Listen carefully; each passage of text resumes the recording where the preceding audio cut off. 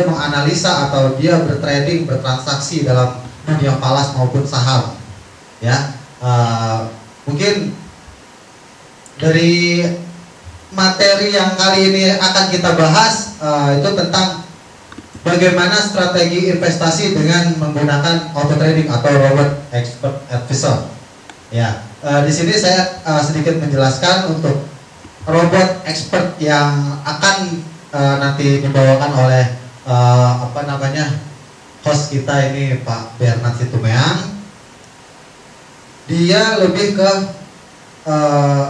robot yang multifungsi. Multifungsi di sini dia bisa menggunakan berbagai macam strategi dan dia juga bisa menggunakan di berbagai time frame. Jadi di sini metode master trader di sini robot yang menurut saya itu canggih luar biasa, dan itu robot canggih yang dimiliki oleh PT Patel Profit Internasional. Ya, maaf sebelumnya ini dengan Bapak siapa? Oh, Bapak Andri. Untuk biar nggak kaku-kaku amat nih, saya mau minta yel-yelnya sedikit aja untuk suaranya dari peserta seminar kali ini. Oke, kalau saya bilang PT Pelatihan Profit Internasional, jawabannya learn and win, gitu aja ya. Oke ya. Oke, semuanya. PT Pelatihan Profit Internasional, learn and win. Oke, sekali lagi. PT Pelatihan Profit Internasional, learn and win. Oke, tepuk tangan untuk kalian. Ya mungkin ini nggak usah banyak cakap di sini. Mungkin langsung saja kita ke materi kali ini, strategi investasi dengan auto trading yang akan dibawakan dengan Bapak Bernard Situmeang. Waktu dan tempat saya persilakan. Oke. Terima kasih Pak Ade. Selamat malam Pak. Terima kasih sudah hadir pada kesempatan Ibu As kita ini. Nah, di sini kita akan sedikit belajar mengenai strategi investasi dengan auto trading. Nah, di sini tentunya auto trading bisa juga disebut trading secara otomatis atau juga menggunakan sebuah indikator untuk mempermudah analisa atau strategi. Oke, itu bisa dibantu di kan?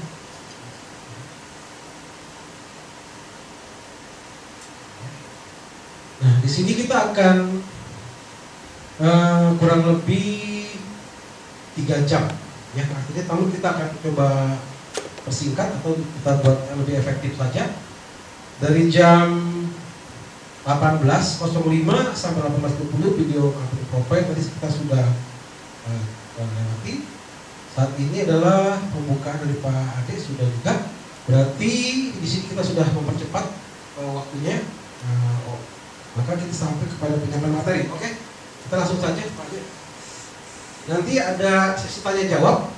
Bagi yang ingin bertanya atau diskusi, kita bisa ada sesinya. Nah, mungkin di sini ada kuisnya atau ada pemberian mungkin cenderamata dari PT Pelatihan Profit Internasional. Lalu sesi terakhir adalah pembagian sertifikat dan sesi foto-foto. Nah, di sini kita akan membahas mengenai topiknya atau instrumennya adalah stok dan indeks, namun dalam bentuk CFD-nya. Nah, di situ apa itu trading CFD? Contract for different untuk stok dan indeks. Nah, di sini adalah proses jual dan beli aset instrumen saham perusahaan pabrik maupun indeks. Nah, khusus untuk indeks kita tidak perlu menganalisa suatu persatu sahamnya, melainkan indeks gabungannya sehingga dapat ditradingkan seperti Nasdaq, Dow Jones, lalu Nikkei. Karena memang di indeks kan di balik indeks itu ada sebuah beberapa perusahaan, misalnya kayak LQ45 itu ada perusahaan yang memang sangat liquid atau disebut blue chip. Nah, di situ kita tidak perlu lagi menganalisa persatu karena memang ada orang yang memang nggak punya waktu atau nggak punya data yang atau nggak mau ribet gitu ya. Jadi memilih indeks. Nah, namun di sini kita akan bahas dua-duanya.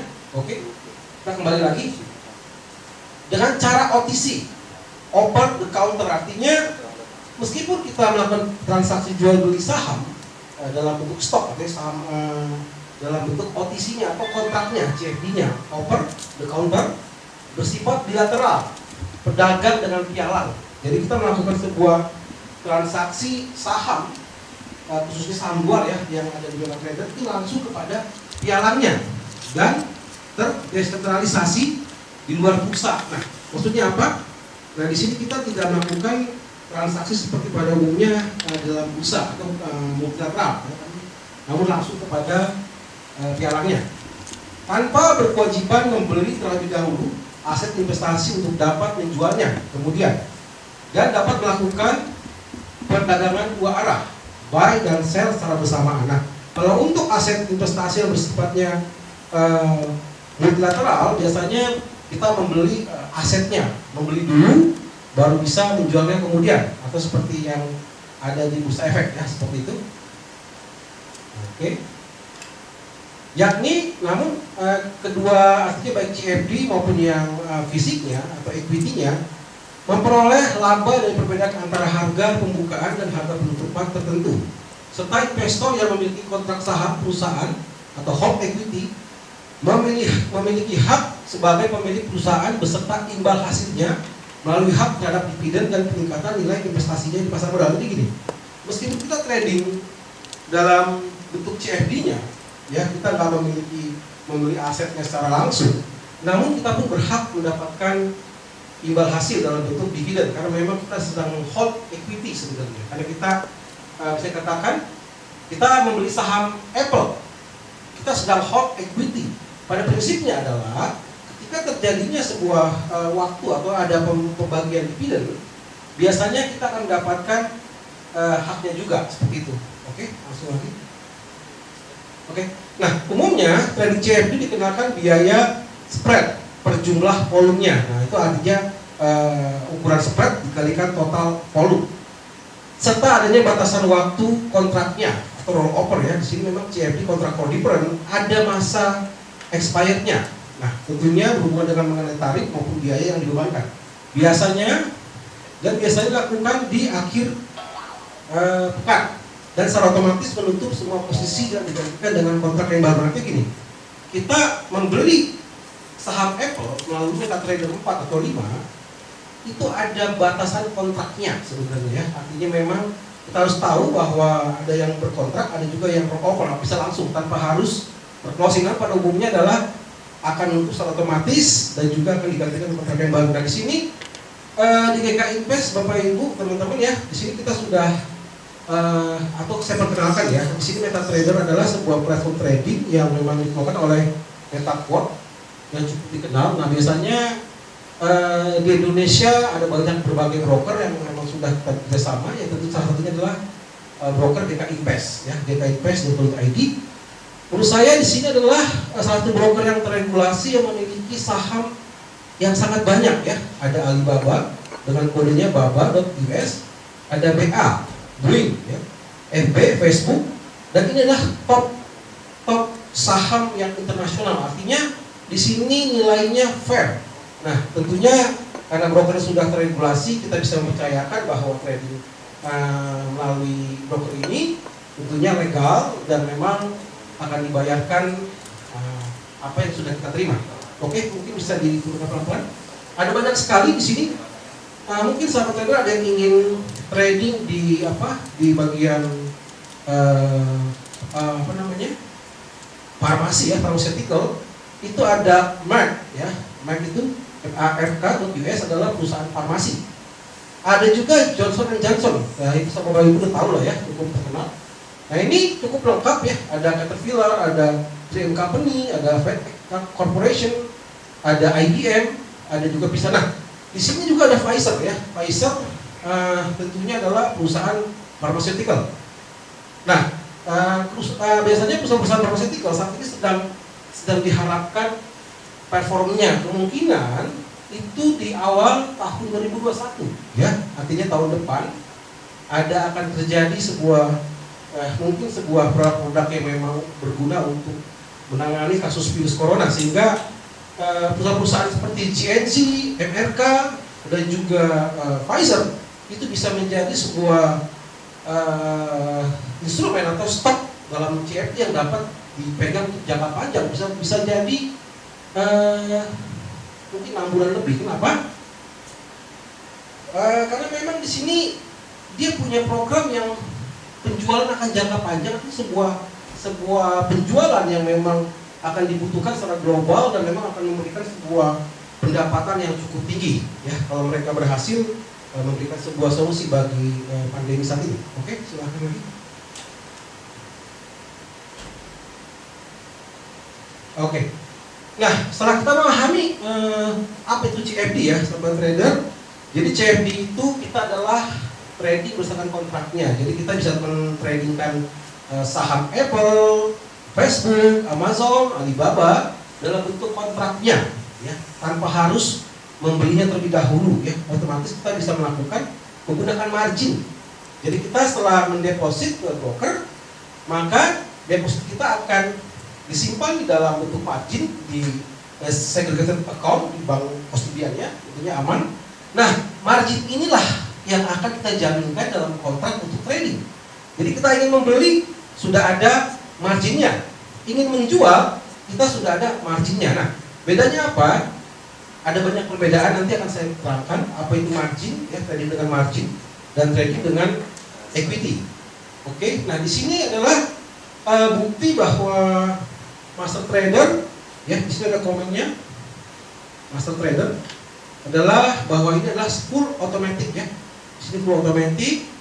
Nah, di sini ada simbolnya HK50, itu Hang Seng. Ya, ini HK50. Diambil posisi sell dan profitnya. Nah, kondisinya di sini oke, minus ya. Minus di sini minus. Nah, namun di dalam ada emas, ada juga dibalik lagi di sini Hang Seng juga dia sudah plus ya, plus minus plus $1.600. $1.600 ini ada di SP500 ya, atau US 500. Adalah sebuah indeks stok 500 company. Ini sudah profit. Lalu ada juga US 30 atau Dow Jones. Hang Seng ada lagi emas, Dow Jones, emas, dan juga apa itu? Hang Seng ya. Totalnya mungkin lagi ada lagi enggak bawah ya, oke. Nah, di sini dalam satu hari dia tidak menahan posisi. Kalau ada loss ya loss, namun akan diversifikasi. Artinya ketika instrumen yang berlawanan selamat datang Pak, itu dapat di recover. Artinya di sini robot sudah berhasil melakukan trading yang cukup sulit sebenarnya, karena memang ini sebuah instrumen yang bisa dikatakan high class ya. Memang udah di bidang indeks dan stok itu tidak semua robot bisa melakukan trading karena sebuah besarnya spread dan juga memang adanya nilai yang sangat besar. Oke, yang berikutnya di sini ada Amazon. Nah, di sini stok ya. Indeks tadi sudah kita tahu bahwa sebuah nilai daripada akumulasi gabungan daripada berbagai saham. Nah, di sini langsung sudah ada Amazon. Dia bisa mengambil posisi sell. Kenapa sell? Karena memang trennya turun. Nah, karena kita trading CFD, trading dalam bentuk kontrak, kita bisa mengambil dua arah. Nah, kalau kita posisinya saham fisik, ya kita nggak bisa jual kalau kita belum punya fisiknya. Nah, karena dalam bentuk kontrak, kita bisa menjual tanpa harus memilikinya, ya, langsung sell Amazon. Oke, profit $230 atau 0,36%. Jadi otomatis akan di trailing. Apa itu trailing? Sebuah proteksi profit menggunakan stop loss yang secara dinamis ya. Di situ ada Amazon, ada Apple. Apple di sini sudah terclosing oleh signal. Lalu ada P&G ya, Procter & Gamble di situ sudah profit $100, dan juga ada United Parcel atau UPS ya, itu sudah ada.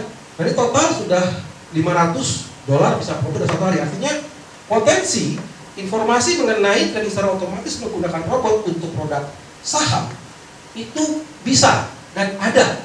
Nah, kebanyakan mereka tidak tahu informasi ini, gitu ya. Artinya kita sudah buktikan bahwa trading menggunakan robot itu mungkin dan bisa. Oke. Bapak Ibu sudah lihat, kita sudah buktikan. Naik lagi. Nah, di sini kita mungkin pelan-pelan saja, karena mungkin agak bingung. Pak, bedanya apa Pak? Saham Indofarma dengan saham misalnya Pfizer. Nah, Indofarma khususnya adalah saham lokal, kebetulan masih dalam bentuk multilateral, artinya memang masih di dalam bentuk satu bursa, artinya transaksinya tidak bisa di luar bursa. Tidak adanya transaksi bilateral, artinya kita langsung dengan broker, tidak, namun kita bersama-sama dalam bursa mentransaksikan jual beli, artinya memang dalam bentuk fisik, oke ya. Nah di sini kita dalam bentuk CFD-nya, kontraknya, oke. Apa perbedaan antara saham CFD dibanding saham yang dimiliki sebagai aset investasi yang dibeli di pasar multilateral? Oke. Resiko trading CFD membutuhkan margin yang cukup untuk menahan posisi merugi. Benar? Oke. Jika floating, kerugian sama atau lebih besar dari margin, maka akan dibutuhkan penambahan margin agar posisi order terbentuk paksa atau margin call. Jadi gini, memang dalam trading menggunakan margin atau CFD ya, hati-hati dengan jaminan ya. Memang kita bisa melakukan dua arah, bisa sell dan buy. Namun harus diperhatikan margin setiap posisi ada nilai jaminan kontraknya ya. Berapa nilainya tergantung leverage-nya ya, tergantung nilai kontraknya dan leverage-nya. Misalnya kita mendapatkan leverage 1:200, artinya 1 dibagi 200 dikali 100 kurang lebih hanya memberikan 0,5%. Ya misalnya kontraknya 1, ya kan, 0,5%-nya daripada itu, artinya kita hanya memberikan sebuah jaminan, nggak seluruhnya. Nah kalau saham 1:1, jadi kalau kita beli uang kita ada misalnya 1 juta, kita ingin membeli kontrak sebuah misalnya Kimia Farma 3 lot kurang lebih 900.000, kita tidak bisa membeli lebih daripada equity yang kita miliki. Andai kata pun bisa, itu sebuah utangan ya, bukan leverage, sebenarnya sebuah pinjaman dalam waktu 2 hari atau 3 hari. Nah kalau tidak ada equity yang tersedia untuk memotong pinjaman itu, maka otomatis akan di closing berbalik posisinya untuk menutupi nilai pinjamannya, artinya disesuaikan lagi ya. Tetap saja, namun tentunya trading menggunakan CFD lebih kecil ya, modal kita lebih kecil dan juga profitnya akan lebih besar. Oke, di sini langsung kita saja. Tentunya money management sangat diperlukan ya. Berbeda dengan trading equity atau saham, tanpa menggunakan margin ditawarkan, maka tidak akan ada resiko margin call ya, tidak ada. Oke. Yang membutuhkan margin, namun tetapi dibutuhkan adanya equity yang cukup untuk membayar biaya komisi misalnya, atau maupun biaya penalti ya, dan biaya lainnya. Namun jika menggunakan margin, maka berpotensi ditutup ordernya untuk membayar hutang saat membuka order melebihi besaran equity-nya. Memang meskipun kita trading saham, jika kita diberikan margin pinjaman 4 kali lipat daripada equity kita, ya setelah 2 hari nggak ada uang yang masuk, maka tetap saja juga dilikuidasi order yang ada. Artinya dalam trading tetap money management itu harus diperhatikan ya, baik itu menggunakan margin atau menggunakan equity seperti itu. Oke. Trading CFD masih mungkin mendapatkan dividen saat hold posisi beli. Biasanya mendapatkan 90% dari nilai dividen, namun dikenakan biaya pemotongan dividen saat posisi jual atau minus 100%. Serta tidak akan mendapatkan saham bonus maupun dividen saham yang diberikan saat aksi korporasi perusahaan yang dimiliki sahamnya. Jadi gini, kita membeli saham Apple ketika ada pembagian dividen, kita diberikan hak 90% ya, oleh broker dalam bentuk uang cash. Itu kita berhak mendapatkannya. Kenapa? Pak, masa bisa? Iya, karena memang kita adalah bertransaksi langsung dengan brokernya bilateral ya. Artinya memang trader dan broker bertransaksi dengan kontrak yang disetujui. Maka ketika kita meng-hold posisi saham Apple pas terjadi pembagian dividen, maka kita dapat 90%. Nah, tergantung berapa lot yang kita miliki, tinggal dikalikan rasio pembagian dividennya. Nah, namun kalau posisi jual, kita hot karena kita memang di CFD, wah saya nggak mau nunggu-nunggu deh, nggak apa-apa deh, nggak dapat dividen nggak apa-apa. Itu pas ketika kita hot sell, memang harga lagi turun. Nah pas aksi pembagian dividen, kita kena cas 100% dari nilai rasionya, gitu ya. Kita kena biaya seperti itu. Maka itulah apa namanya ya? Itulah CFD ya. Kita mendapatkan dividen kalau buy, kalau sell dividennya itu menjadi biaya bagi kita. Oke. Lalu kalau saham-saham yang berbentuk fisik atau dari korporasi, biasanya ketika ada aksi korporasi pembagian saham bonus atau saham dividen, mereka dapat bisa nambah lagi. Lumayan kan, sahamnya dulu 10 jadi 20. Nah kalau CFD nggak bisa, tidak ada potensi seperti tidak ada hanya pembagian dividen. Oke, sekarang lain lagi. Nah di sini kita akan mengerti apa itu makna berinvestasi. Adalah suatu perencanaan dalam pengalokasian aset pasif ke dalam aset yang lebih produktif untuk jangka waktu tertentu demi mendapatkan rasio keuntungan di masa depan. Semua investasi memiliki resiko yang sebanding antara keuntungan dan kerugian. Artinya, semakin tinggi target keuntungan, maka semakin tinggi pula resikonya. Ada berbagai cara untuk memilih aset investasi yang terbaik agar tidak terjebak dalam kerugian. Kita harus menentukan pair apa, saham apa yang akan kita tradingkan. Nah, untuk memilihnya tentu kita harus melihat berbagai hal fundamentalnya. Apakah saham Apple itu layak dibeli, atau Tesla layak untuk dibeli, karena kondisinya secara fundamental dia sangat ekstrim ya, artinya pemicu untuk dia crash itu sangat tinggi ya. Itu akan nanti kita membutuhkan sebuah analisa. Jadi setelah kita mendapatkan oke, ternyata saham Pfizer, saham Johnson & Johnson itu memiliki peluang untuk saya beli. Karena apa? Satu, dia lagi turun ya. Dia lagi di bawah. Kondisi saat ini sahabat trader itu sama dengan kondisi 2016 ya. Waktu tahun 2016 saham BBTN itu kurang lebih nilainya 1.500-an kalau nggak salah ya. 1.500 sekian, 1.570 kalau nggak salah. Saat ini itu harganya pernah lebih turun lagi sampai dengan 750 kurang lebih, dan naik lagi. Bisa dikatakan ini kondisi yang lebih bawah dibanding 2016. 2016 itu kalau hot 1 tahun aja itu 100% lebih Pak. Jadi dari 1.500 itu naik sampai dengan 3.000 BBTN. Hampir semua saham-saham yang tiba-tiba dari 2016 sampai 2018 itu puncaknya naik luar biasa. Setelah 2018 sampai sekarang turun terus itulah.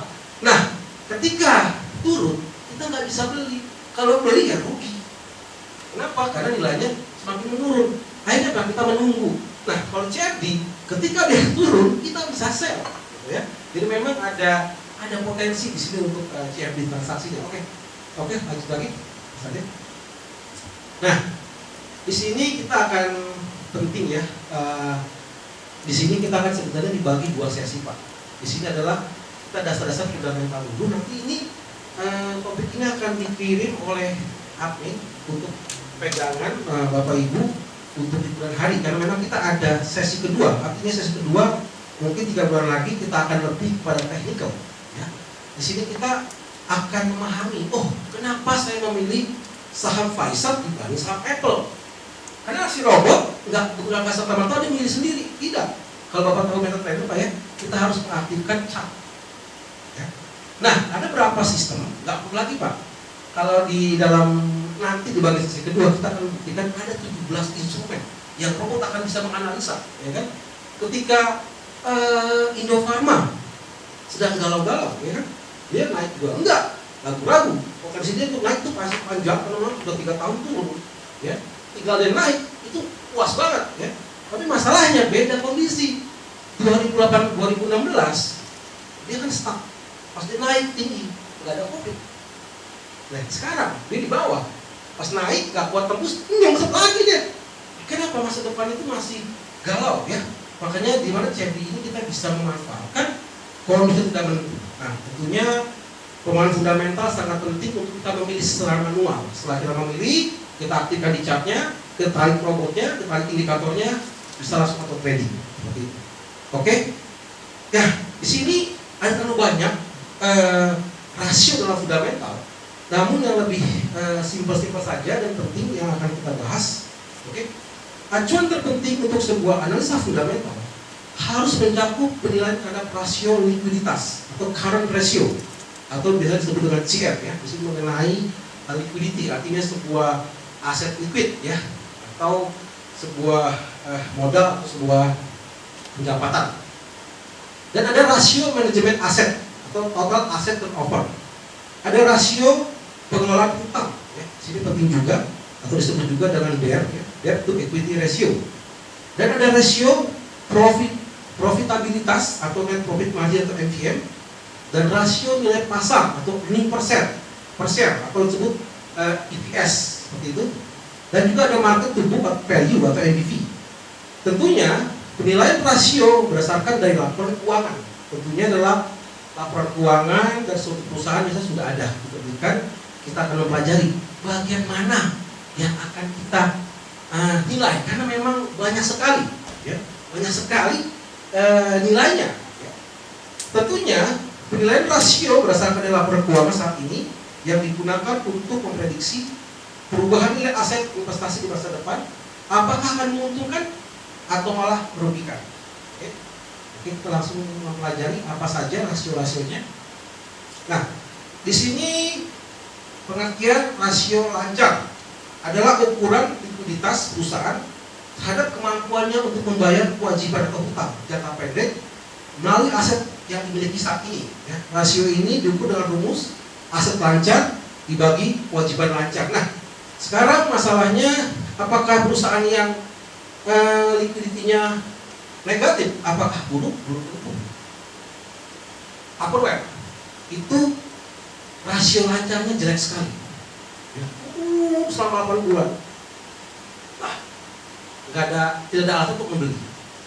Tapi masalahnya Tupperware sampai dengan $7 Pak di bulan 5.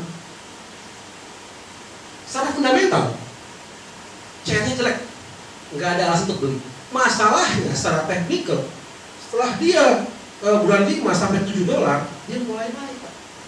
Naik breakout. Ya, secara teknikal ada hal-hal teknikal sama fundamental nggak sinkron. Namun kita yakin harga sudah terlalu jauh ya, sampai ke bawah sekali. Masa Tupperware sampai nol, nyangkut selain saham nyangkut ya, kalau di Indonesia harga 50 Pak. Ya, harga 45 nyangkut ya. Kenapa? Waduh, gimana itu? Berapa kerugiannya? Kalau ngomong resiko banyak sekali, resiko ada. Apa yang terjadi Pak? Nah ini dia hal fundamental kalau kita berguna. Ada kondisi di mana fundamental yang tertulis kita harus bisa memahami lebih dalam lagi. Wah negatif, jangan beli, tentu juga. Mungkin perusahaan masih baru atau terkena dampak pandemi, namun secara operasional dan produk dia sudah global. Ya, Tupperware, saya bawa selalu dengan Tupperware setiap kali sebenarnya, ya kan? Bulan 5 Tupperware buy. Bapak untuk sekarang berapa Tupperware? 5 bulan. 5 bulan. Targetnya 42 Pak. Dari $7, target 42. Berapakah itu Pak? Nah, masalahnya saham di Indonesia yang mirip Tupperware, Cosware seperti itu, ya ada berapa saham perusahaannya, ya stuck aja ya di ke daun gitu kan. Jadi bisa katakan sebuah sektor di Indonesia pas lagi melempem, kenapa tidak kita mencari solusi baru gitu. CFD, wah, ada di bawah buy saja, ya kan? Ada stop loss kok, kenapa? Momennya ini langka Pak. Itulah jeleknya saham. Kenapa? Untuk sampai di level bawah, itu mungkin 20 tahun belum pulang Pak. Tupperware sampai level di bawah 5 bahkan ya, pernah sampai 4,2. Namun yang pas saya monitoring itu dia naik di level 7, saya yakin banget ini breakout, dia sudah breakout, dia akan naik sampai $42 ya. Jadi masih ada peluang, saat ini kalau nggak salah $34. Jadi udah kenaikan sangat jauh sekali. Oke, sekarang kita lanjut lagi. Di situ mau dipahami ini bersifat relatif lah ya. Kita harus melihat secara bijak. Nah, ini cukup penting. Biasanya kalau yang di lokal return of asset biasanya ya. Namun kalau di beberapa trader luar dia lain lagi. TETO namanya ya. Artinya sebuah perputaran total aset. Total asset turnover atau TETO.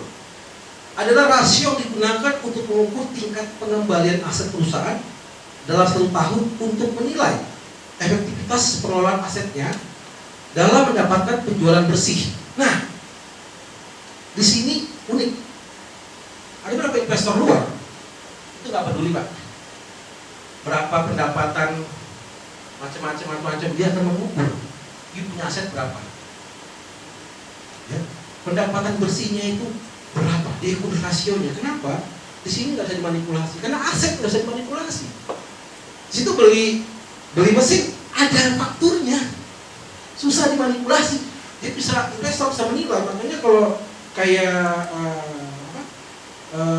siapa namanya, Warren Buffett, ketika dia mau berinvestasi dia samperin pabriknya, mana CEO-nya, mana direkturnya, mana aset-asetnya, mesinnya, itu dikalkulasi. Kenapa? Dia ingin tahu agar nggak dibohongin. Ketika dia berinvestasi, dia bisa mengukur aset atau nilai kedepannya. Jadi memang seperti itulah ya, dalam satu berinvestasi kan kita harus menilai berbagai hal. Di sini cukup penting, tergantung memang berbagai fokus ya. Kalau di luar negeri sangat penting, namun di Indonesia biasanya return of asset ya, kurang lebih sama, tapi di dalam rumusnya berbeda. Umumnya rasio T2 ini berpengaruh positif signifikan terhadap pengembalian saham atau stock return. Peningkatan perputaran total aset akan mempengaruhi return secara positif. Bisa gini Pak, kalau mesinnya nambah, penjualannya harus nambah. Kok bisa? Kemarin produksi pabrik obat mungkin sekian drum, tambah aset mesin harusnya jadi 2 kali lipat. Harusnya meningkatkan laba dong. Bisa terjadi nggak turun? Bisa jadi karena persaingan di pasar penjualan. Namun di dalam artian aset yang meningkat, aset yang baik, aset yang modern akan meningkatkan sebuah potensi penjualan dan juga keuntungan yang lebih tinggi, apalagi lebih modern ya asetnya. Bahkan kalau bisa katakan beberapa investor melihat teknologi asetnya, wah belum mudah banget, nggak bisa bersaing dengan PT lain. Wah, gua ragu deh investasi di perusahaan lo, teknologinya masih jadul ya kan, bisa berpindah seperti itu. Ini sangat penting sekali untuk investasi yang mungkin nilainya cukup jangka panjang. Oke, lanjut lagi. Nah, di sini ini juga apakah langsung berpengaruh? Ya, kalau di gimana ya, orang-orang bule itu orang asing ya. Sama dia ini mereka nggak terlalu peduli masalah hutangnya. Kenapa? Karena perusahaan sudah hutang kok. Bahkan mereka pun berinvestasi hutang, gitu. Bisa jadi ya nilai hutangnya tinggi ya. Namun bukan berarti dia itu jelek, tidak juga. Dia berhutang untuk membeli aset biar bisa menandingi produksinya. Saya toko sebelah atau audit sebelah produksinya 100. Dia utang untuk beli aset biar bisa 200, 300 biar untuk bisa menerima orderan yang besar. Jadi masalah debt ini harus ini masalah apa ya? Sebuah rasio yang digunakan untuk mengukur seberapa baik perusahaan memenuhi kewajibannya dengan modal. Rasio ini diukur dengan rumusan total liability dibagi ekuitas ya. Nah, menurut saya pengaruh debt sangat relatif karena tidak selalu perusahaan yang nilainya debt-nya tinggi tidak produktif. Artinya gini Pak, utangnya kegedean dibanding aset likuidnya atau modalnya seperti itulah. Bukan berarti buruk seperti Tupperware. Tupperware itu important untuk bayar karyawan, jangan mem-PHK bagaimana ya. Itu dia utangnya nggak kebayar, meningkat. Tapi nggak tahu kenapa ya, memang itu luar biasa banget, mungkin manajernya atau mungkin CEO-nya dia bisa meningkatkan penjualan di tengah Covid. Kenapa? Apa yang dibeli? Rumah sakit. Mungkin dia butuh alat khusus. Ada produktif, artinya inovatif. Pasti di marketingnya kemana-mana ya. Ke seluruh dunia. Bahkan saya jalan-jalan, ada mobil Tupperware. Alfamart. Artinya, meskipun di masa pandemi, meskipun mereka debt-nya tinggi sekali, hutang yang tinggi sekali, namun aktivitas bisnisnya tetap berjalan, dan saya optimis, nih sahamnya akan naik. Itu saya udah lama ngomong, benar, kenapa? Itulah memprediksi, kita melihat ya kan, berkalkulasi, dan ternyata memang debt ini ya yang serta-merta ya, yang langsung kita butuh mencari saham yang terbaik itu nggak mudah Pak. Percaya deh, apalagi yang stok luar 17.000 Pak. Semua negara, Afrika aja ada. Ya. Bahkan kalau saya hitung, di sistem. Itu robot sedang mendorong 60.000 stok. Jadi bisa katakan perusahaan 60.000. Ngeri ya? Itu lebih kan? Mencari peluang, karena kita nggak bisa dua arah Pak, harus satu arah. Lagi turun jangan kedeli, rugi lah ya kan? Kapan dia naik kita cari itu lama susah sekali. Jadi memang dalam trading CFD ini nggak seperti itu ya. Kita ada momen kuat ya sell, momen naik ya buy, gitu. Kurang dengan keuntungan kurang lebih seperti itulah. Artinya dia nilai sebenarnya saham itu apa perusahaan itu ya 3 juta atau 3 miliar, 3 triliun seperti itulah kurang lebih ya dikalikan dengan 1000. Nah ada aneh kan? Ada apa nih ya? Ini 1 juta sama 1000. Lihat ini nilai perusahaan realnya ya. Makin kecil tiba-tiba makin besar. Lalu naik lagi bagus lah. Ada apa lagi nih? Utangnya kebanyakan, beban biayanya atau bisa katakan merugi. Ya. Namun enterprise value yang kecil itu ya bisa dikatakan perusahaan tidak merugi. Dibeli nggak? Serem juga dibeli. Nah paling bagus bagaimana belinya? Ya ini dia 1 juta jatuh 500. Beli di sini keren 2015, 2016 kok. Ini semua kenaikan. Nah sekarang gimana? Wah ini harus turun dulu nih. Ya. Kurang kira-kira aja. Ini karakternya dia nih, ya kan? Ini kurang lebih turun lah, ya sampai dengan 1.500, 1.700 baru baik Indofarma. Kayaknya Indofarma masih turun nih. Ya, karakternya begitu. Tapi nggak juga terulang ya, bisa juga. Nah, seperti itu. PE ratio, price per earning ratio, harga saham dibagi keuntungannya. 76 kali, tiba-tiba turun. Tiba-tiba makin turun lagi. Ini plus, aneh ya. Sebenarnya bisa dikatakan nilai negatif daripada PE ratio ini bisa dikatakan ya perusahaan itu masih dalam kondisi rugi ya. Ya, dia rugi bisa katakan berapa tahun? 1, 2, 3. Indofarma mengalami kerugian kurang lebih selama 3 tahun ya. Atau juga kenapa? Lalu yang ini kurang lebih sama lah ya. EV dibanding ini bisa katakan ini yang semakin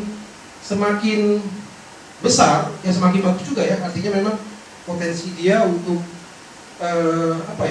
earning daripada sahamnya itu meningkat karena memang enterprise value dibagi earning before invest, tax dan juga sama berapa kali lupa saya deflasi ya, deflasi sama amortization kalau salah. Kalau seperti itu sebenarnya sama dengan nilai yang semakin besar nilainya, artinya potensi dia memberikan keuntungan kepada kita semakin bagus. Namun kita perhatikan di sini menurut saya terlalu mahal juga ya kalau kita terlalu di sini tahun 2018 ini mau beli segini nggak mungkin lah, mahal sekali nih saham. Ya nilai EV EBITDA-nya itu sampai 1.800, ini kemahalan. Justru kalau mau beli ya di level ini ya mulai 2019 sampai 2020 mungkin lebih turun lagi. Inilah momen untuk membeli sahamnya masih murah nih, sangat murah. Kenapa? 2018 segini. Ini terlalu ada value ya, ini over value. Jadi memang itu bisa digunakan untuk menghitung nilai sebuah saham apa enggak ya. Enterprise value dibagi EBITDA seperti itu. Oke, langsung lagi. Nah, di sini oke. Baik, oke. Nah, ini 2014 operasi, profit, net income, net margin, operating margin. Nah, di sini nilainya ini sempat mengalami negatif ya. Di sini artinya perusahaan ini kurang efektif memanfaatkan aset atau aset yang dimiliki untuk memproduksi sebuah penghasilan atau produksi sebuah produk ataupun penjualan. Bisa katakan baru mengalami recover itu di tahun 2018 ya, Indofarma ini. Artinya potensi sahamnya untuk ke depan naik cukup tinggi ya. Artinya memang di 2019 ini sudah ada potensi kenaikan justru malahan. Tapi kalau turun terus ya bisa dikatakan nanti dulu deh. Ya, ini kalau masih begini nih Ya, untung aja ini sudah bagus ya, ada potensi. Kenapa? Indofarma ke depan dia sudah ada potensi bullish, ya, sudah ada potensi bullish karena apa? Antara operating profit dengan net income-nya sudah mendekati, ya, artinya biaya operasinya dapat ditekan dan juga menghasilkan income yang cukup meningkat seperti itu. Jadi sangat bagus untuk dilirik. Namun belum tentu sekarang, ya, bisa jadi dia anjlok lagi karena masih belum keluar dari 2020. Ya, bisa kemungkinan anjlok lagi. Kalau anjlok lagi mungkin lebih parah. Oke, naik lagi.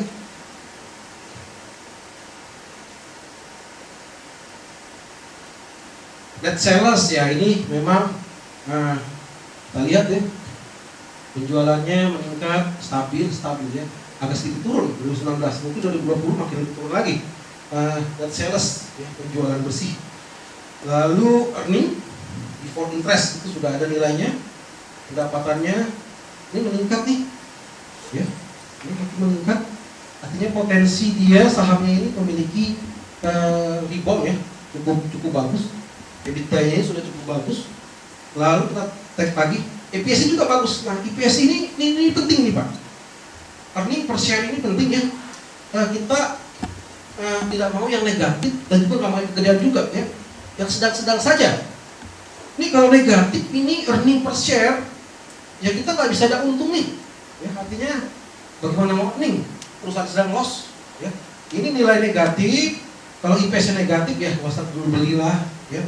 Sampai dia positif dulu lah, ya, mudah-mudahan ini penting ya. Minimal Bapak ini aja deh. IPS ini memang paling menjebak sih ya, banyak orang. Kenapa lu nyangkut sahamnya? Ih, gue beli waktu positif bro. Setelah gue beli bro, masuk ke sini. Ada juga gitu. Memang itulah hebatnya dinamika dalam analisa fundamental. Tidak hanya fundamental, kita butuh lagi yang lain-lainnya.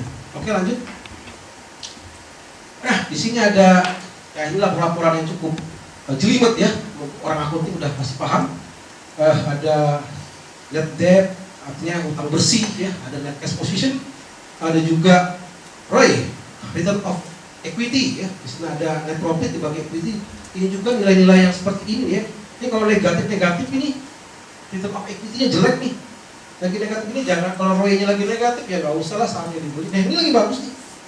Ya, berarti gimana Pak? Ya, IPS-nya sudah positif loh Pak. Kedua, ROE-nya sudah positif loh Pak. Boleh nggak Indofarma dibeli? Iya boleh. Simpel aja. IPS-nya sudah positif, ROE-nya sudah positif, lalu return of aset sudah positif, silahkan dibeli. Ini sudah positif Pak. 3 aja lah nggak apa-apa.